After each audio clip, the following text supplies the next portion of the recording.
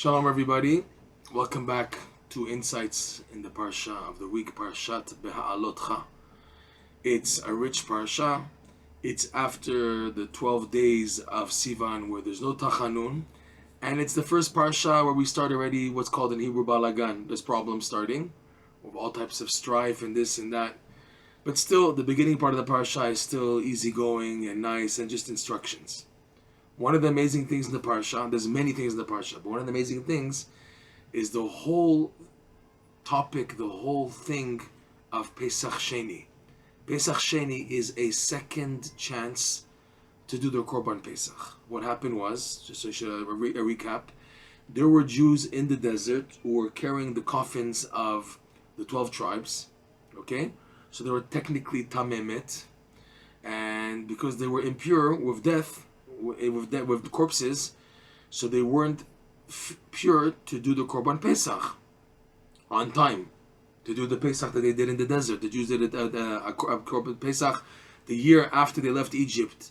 Came about the 14th of Nisan. The Jews did the Korban Pesach, and there were Jews who were Tameh, and they came to Moshe Rabbeinu and Aaron and the Ohel Moed, the yeshiva, the Beit Midrash, the tent of meeting, the Ohel Moed. And they said these words, Lama nigara. Why should we lose out? What? Because we're busy doing something which is proper and right, but we're impure. So because of that, we have to lose out. We have to lose out on the Korban Pesach. So Moshe Rabbeinu used these words. Let's look inside. It's the verse here. Emde'a ve'eshme'a. That's what the Pasach. Here we go. He says in chapter 9, verse 8, so Moshe said to them, these people were Tameh, who were impure of the corpses, stand, and I will hear, I will listen that which Hashem will command you to do. Okay? So there's many things here. Okay? Number one, a whole Torah was created because these Jews they yearned to do good. They said, why should we lose out? Why should we lose out? So Moshe said, you're right. Let's ask Hashem. Let me hear from Hashem. And Hashem says they asked the correct thing. There's a second chance called Pesach Sheni. Pesach Sheni is a month later on the 14th of Iyar. Okay? At home you can have chametz and matzah together, but the Korban Pesach has to be eaten with the actual meat of the Korban Pesach and matzah and maror. When eating it has to be free of any chametz, but you're allowed to have chametz at home. Okay? So they're given a second chance. Their yearning created this second chance. If you think about it, if they wouldn't have asked, we would not have this law of Pesach Sheni. It's because they asked. Why did they ask? Because they didn't want to lose out. What did they not want to lose out of? The Korban Pesach. Korban Pesach, Rav Nosson explains in Likutei Halachot, Nefilat Apayim Halacha Dalet, explains that the idea of the Korban Pesach is a big light, a high mentality of awareness of Hashem, that it's so high that the Jewish people choose to follow the instructions of this intellect just through emunah, without understanding. The intellect is opened, yet because it's so high, the Jewish nation accepts to do without understanding. Naaseh v'nishma, let us do with pure emunah. That's the idea Rav Nosson explains of Pesach. Pesach means to skip over. What are you skipping over? Skipping over the time to understand, to develop, to internalize. No, none of that. Hashem says ABC, that's it, we're doing. Afterwards we'll understand. Now is just emunah. It's such a big light, right? So the only way to connect it is through Pesach, through skipping over. This is what the Korban Pesach is every year. This is what these Jews wanted. They wanted to have exposure to this light. They couldn't because they were Tameh. They couldn't eat the Korban Pesach, which along with it comes this special light of experiencing a high level intensity of awareness, and yet connecting to it only through emunah. They wanted that. First of all, why is it so necessary? Because it's this type of attitude that gets a person out of what he's stuck in life. When a person's stuck in all types of depression and worries and all types of convolutions and distorted imagination, the only way to get him out is if a higher light pulls him out. So this is the light of Pesach. It's to pull out people who feel stuck in wherever they're in, when they are actually stuck, to get them out and to cause a new beginning, B'ezrat Hashem. That's what these guys wanted. When they said to Moshe Rabbeinu, Lama nigara, why should we lose out from such an extraordinary experience once a year, the light of the Korban Pesach? Why should we lose out? So he said to them, you're right, okay? It's correct, and Hashem gave them the right orders. But to wait 1 month. Question, why 1 month? Why not maybe the next day? Or when they're actually pure, let them have the ashes, whatever. There wasn't yet ashes of the red heifer. They weren't commanded yet. Or whatever. Let it be like 1 week later, 2 weeks later. Why a month? Why not 2 months? Why not a year? What's unique about a month? A month in Hebrew is called Chodesh. Chodesh is 30 days, where it's a time period where the moon has a complete waxing and waning. It goes from total darkness to complete light, and again to total darkness. Okay, beginning of the month. In this case, on the 15th of Nisan, it was a full moon. Then they had to hit Rosh Chodesh Iyar, which is the moon is at the lowest of its point, and then by Yud Dalet Iyar, the 30th day, it will be full again. They would have to pass a 30-day period, proving that they're still holding on. That's the idea of Chodesh. Chodesh also means renewal. That in order for a person to have renewal in life, the test period is 1 month, 30 days. Because another 30 days, the person goes to a complete roller coaster, a complete high, and then a complete down, and then a complete up in this case, because it's the 15th to the 14th of Iyar. So they have a complete up, down, and up, and they're still holding on. So then you're worthy at that point to do the Pesach Sheni, to have the second chance. Second chance of what, like we said? To perceive, to have a glimpse and experience of this light of the Korban Pesach that comes with the Korban Pesach, the eating of the Korban Pesach. Now, one more point. Moshe Rabbeinu's wording. What did he say? Imdu, stand, ve'eshme'ah, and I will listen that which Hashem will command Hashem for you to do. Moshe Rabbeinu could have used other words. He could have said, wait. Instead of imdu, the word imdu means to stand. But the idea presented is wait while I ask Hashem, give me a moment to ask Hashem, to hear from Hashem what to do. Use another word. Why stand? And then he says, I will hear. In this is rooted a very big thing, which Rabbi Nachman touches upon in lesson 24 of the Likutei Moharan. That in order to experience this big light of the Korban Pesach, which Rav Nosson calls it the light of the Keter, the light, this high light, okay?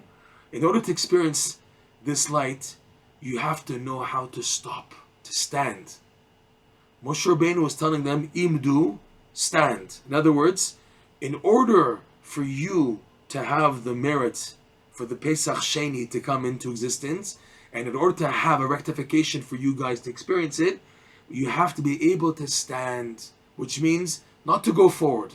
To know, like Rabbi Nachman speaks about this a lot, lesson 6, lesson 24, to be a baki beratzo, baki beshov, baki be'ayil, baki be'nafik, mate velo mate. These are 3 terms in lesson 6 and lesson 24, which means an expert in knowing how to run forward, and an expert in knowing how to wait, to stop and to wait. Most people have the greatest difficulty in impatience and not knowing how to wait. But the secret for advancement in Judaism and in life is you have to know how to wait and how to accept it. B'simcha. And ayil v'nafik means to be able to go in, enter, and then go out. And that's also the term from the Zohar, mate, where you're reaching and not reaching. Okay? Emda'a, what Moshe Rabbeinu was telling them, you have to stand. Stand. And in this case, because you guys missed the Korban Pesach, even though it was a valid reason, but you missed out on this big opportunity, so it has to come through me, Moshe Rabbeinu, the tzaddik. That's what he said, imdu, and me, eshme'ah. I will hear from Hashem what has to be done. This idea is that when a person is going through what he's going through in life, okay, and it becomes very difficult, he begins to realize that he needs a tzaddik in his life. The tzaddikim, they've reached it, they've made it, okay? I'm still trying to work to get there, but these tzaddikim, on their part, they've made it. What does it help me? It helps me because the tzaddikim, the reason why they've made it and why they keep on going is because the whole sole interest of the true tzaddikim is to be able to benefit other people afterwards. That's the true tzaddik. A true tzaddik is not one who's just looking for his personal benefit, but he's looking, how can I spread this and give what I'm achieving to the rest of the world, that they can experience it also. This is the idea of a tzaddik. A tzaddik who's just a self-made tzaddik for himself, he missed the point. He may be a tzaddik, but he's not a true tzaddik, like Moshe Rabbeinu. Moshe Rabbeinu proved and again that he was a true tzaddik because he was willing to sacrifice everything for every other Jew. That's an amazing level. It's easier said than done. It's a nice idea, but go ahead and try to do it when you're being pressured and pushed. So Moshe Rabbeinu was able to do that. If you take a look at Rashi, Rashi starts going on to praise the greatness of Moshe Rabbeinu. That all Moshe Rabbeinu said, okay, stand and let me hear from Hashem. What do you mean let me hear from Hashem? Yes, Rashi says, Moshe Rabbeinu, Ashri Yelud Isha, fortunate is a man born from a woman, that whenever he wants to talk to Hashem, he can do so. Moshe Rabbeinu would have to just talk to Hashem, request, and Hashem would be there to answer him. That's unbelievable. That's to show you that this high caliber level of a tzaddik Moshe Rabbeinu was. And by the Jewish people, these ones who were tameh, their point was that he said to them, stand, and I'll do the work now of trying to receive a new rectification for you guys, which is actually what happened, that Hashem gave them the Korban Pesach. Just realize, no one knew what was going to be the answer. They didn't know when they asked that Hashem's going to create a second chance. They just said, we just lost out. Lama nigara, why should we lose out? They had no idea what was going to be said.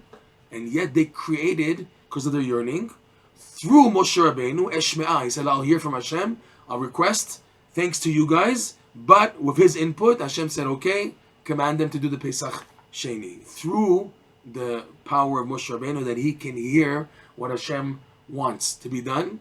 But it's also through the yearning of the people. So there's three elements involved. There's the yearning of the simple people. These were big tzaddikim, obviously. But compared to Moshe Rabbeinu, they're considered simple Jews. Then the power of the tzaddik to intercede, to request.